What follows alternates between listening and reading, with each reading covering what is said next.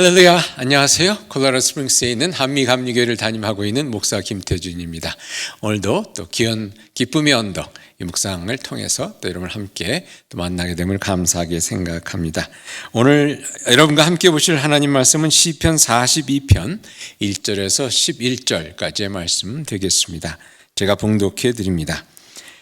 하나님이여, 사슴이 시냇물을 찾기에 갈급함 같이 내 영혼이 주를 찾기에 갈급하나이다. 내 영혼이 하나님 곧 살아계시는 하나님을 갈망하나니 내가 어느 때에 나아가서 하나님의 얼굴을 배울까. 사람들이 종일 내게 하는 말이 내 하나님이 어디 있느뇨 하오니 내 눈물이 주야로 내 음식이 되었도다. 내가 전에 성의를 지키는 무리와 동행하여 기쁨과 감사의 소리를 내며 그들을 하나님의 집으로 인도하였더니 이제 이 일을 기억하고 내 마음이 상하는도다. 내 영혼아, 내가 어찌하여 낙심하며 어찌하여 내 속에서 불안해하는가. 너는 하나님께 소망을 두라. 그가 나타나 도우심으로 말미암아 내가 여전히 찬송하리로다.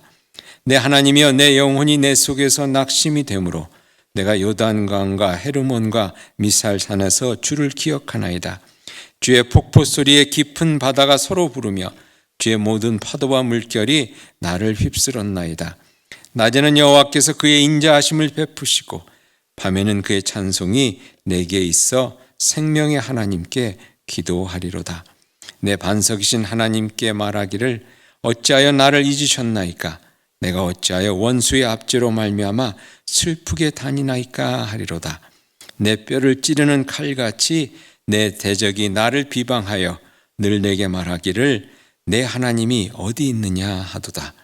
내 영혼아, 내가 어찌하여 낙심하며 어찌하여 내 속에서 불안해하는가. 너는 하나님께 소망을 두라.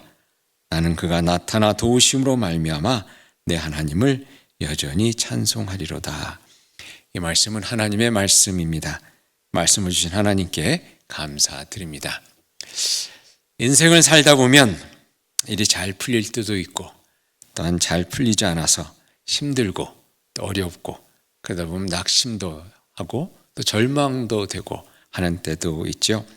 오늘 본문에 나오는 시편 기자는 한때는 많은 이들을 이렇게 이끌고 하나님 전에 나아가 기쁨과 감사함으로 이렇게 예배를 드렸던 그런 때가 있었음을 회고합니다. 오늘 4절에 보니까 이렇게 말씀하죠. 내가 전에 성의를 지키는 무리와 동행하여 기쁨과 감사의 소리를 내며 그들을 하나님의 집으로 인도하였더니, 하나님의 집으로 전도도 하고 또 이렇게 격려도 하고 또 낙심해 있는 사람들을 또 이렇게 격려하면서 그래도 우리 하나님을 믿어야 되지 않겠냐, 우리 하나님을 의지해야 되지 않겠냐, 우리 주님께 나아가서 같이 기도하고 우리 같이 예배드리자, 이렇게 그들을 격려해서 하나님의 전으로 이끌었는데 4절에 보니까 이제 그 일을 기억하고 내 마음이 상하는도다 라고 이렇게 이야기합니다. 그런 좋은 때가 갔다는 거죠. 다른 사람들 앞에서 하나님께 해주신 일을 증거하고 영광을 돌리고 했는데 삶이 어려움을 당하면서 오히려 사람들로부터 조롱과 놀림을 당하게 되었다는 것입니다. 특별히 오늘 본문에 보니까 어려움을 당하면서 하나님이 어디 계시냐, 네가 믿던 그 하나님이 어디 계시냐, 네가 그렇게 자랑하던 하나님이 어디 계시냐, 의지하고 기도 응답해 주신다는 그 하나님이 어디 계시냐라는 그런 조롱을 받았다는 겁니다. 참 그런 조롱은 듣기가 힘들겠죠. 그래서 3절에 보니까 그런 말씀이 오늘 42편에 보면 두 번이나 나옵니다. 먼저 3절에 보니까 사람들이 종일 내게 하는 말이 내 하나님이 어디 있느뇨 하오니 내 눈물이 주야로 내 음식이 되었도다.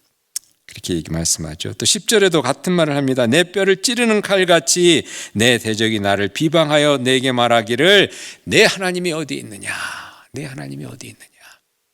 나의 삶이 힘들고 어려워지는 것을 보면서 사람들이 너를 돕던 하나님이 어디 계시느냐라고 조롱을 하는 가운데 그 마음이 무너지고 그 마음이 더욱 힘들게 되었다는 것입니다. 오늘 시편 42편은 다윗이 쓴 시편이 아닙니다. 다윗이 쓴 시편이 아닌 것으로 이렇게 알려져 있는데요. 그런데 다윗의 삶 가운데서 참 또 이런 때가 또 많이 있었던 것을, 이런 고뇌를 했던 때가 또 있었던 것을 저희들이 기억하게 됩니다. 여러분 기억하시는지 모르겠지만 다윗이 사울을 피해서, 사울 왕이 저를 하지 않았습니까?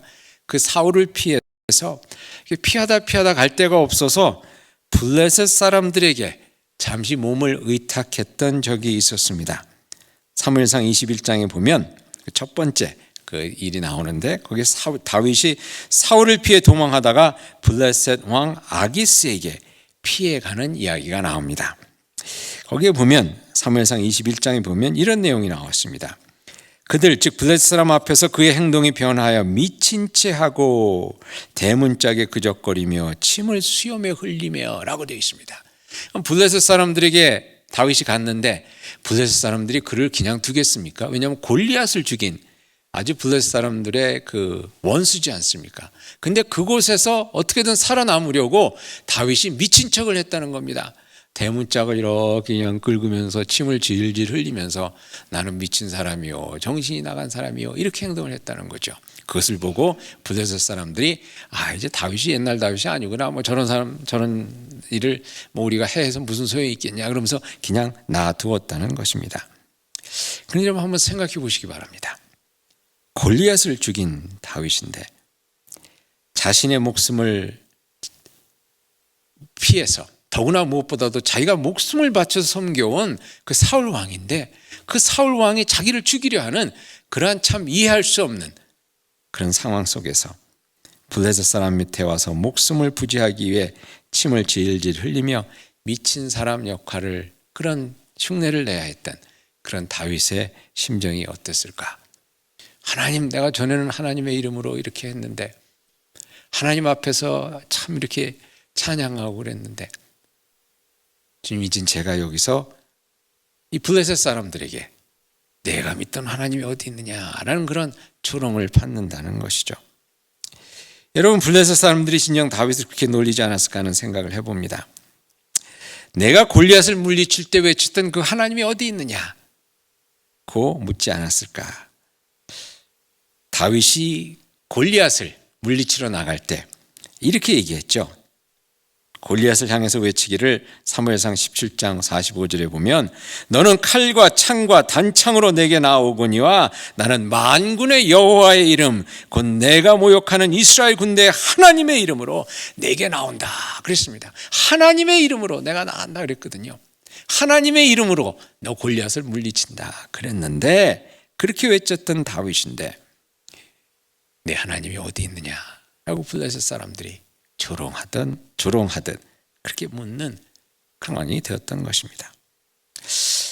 그와 같은 상황 속에서 오늘 시편 기자는 이렇게 고백합니다. 하나님이여, 사슴이 시냇물을 찾기에 갈급함같이 내가 주를 찾기에 갈급하나이다. 진짜 목말라서 죽을 것 같은 그러한 상황 속에서 시냇물을 찾고 샘물을 찾듯이 그렇게 간절한 마음으로 찾을 수밖에 없는 그러한 상황을 오늘 이야기하고 있습니다. 그러는 가운데서 오늘 본문에 보니까 시편 기자가 자신에게 반복해서 말하는 것이 있습니다. 5절과 11절에 나오는 것인데요. 먼저 5절에 보면 이렇게 나옵니다. 내 영혼아, 내가 어찌하여 낙심하며 어찌하여 내 속에서 불안해하는가? 너는 하나님께 소망을 두라. 하나님께 소망을 두라. 그가 나타나 너를 도우시리라. 11절에 또 이렇게 얘기합니다. 내 영혼아, 내가 어찌하여 낙심하며 어찌하여 내 속에서 불안해하는가? 너는 하나님께 소망을 두라. 하나님께 소망. 그가 나타나 도우심으로 말미암아 내 하나님을 여전히 찬송하리로다. 어찌하여 불안해하고 어찌하여 슬퍼하는가?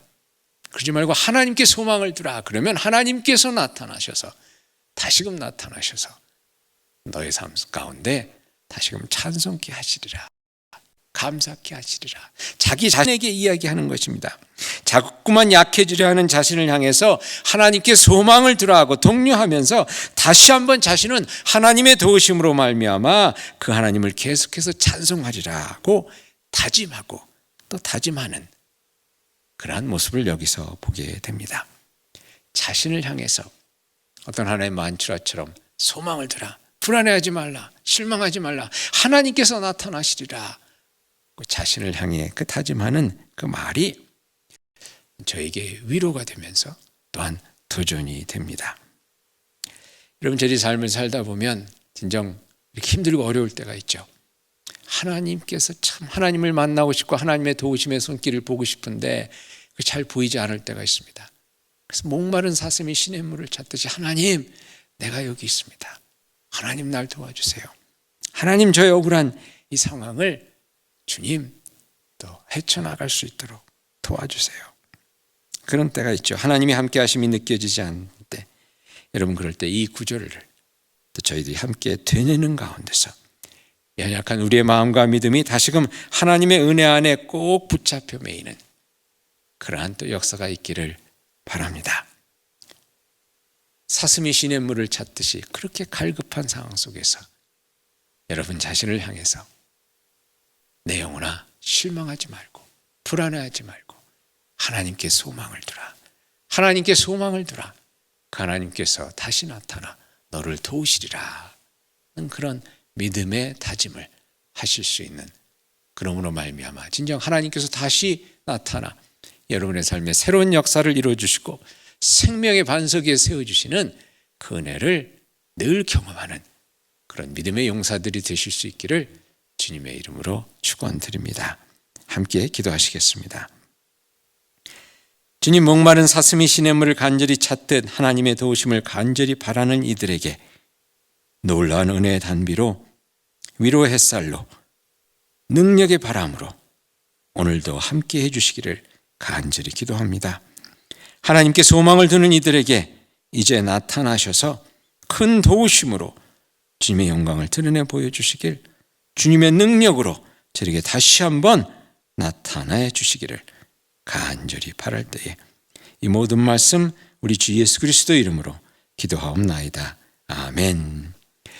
승리하는 오늘 하루 되길 축복합니다.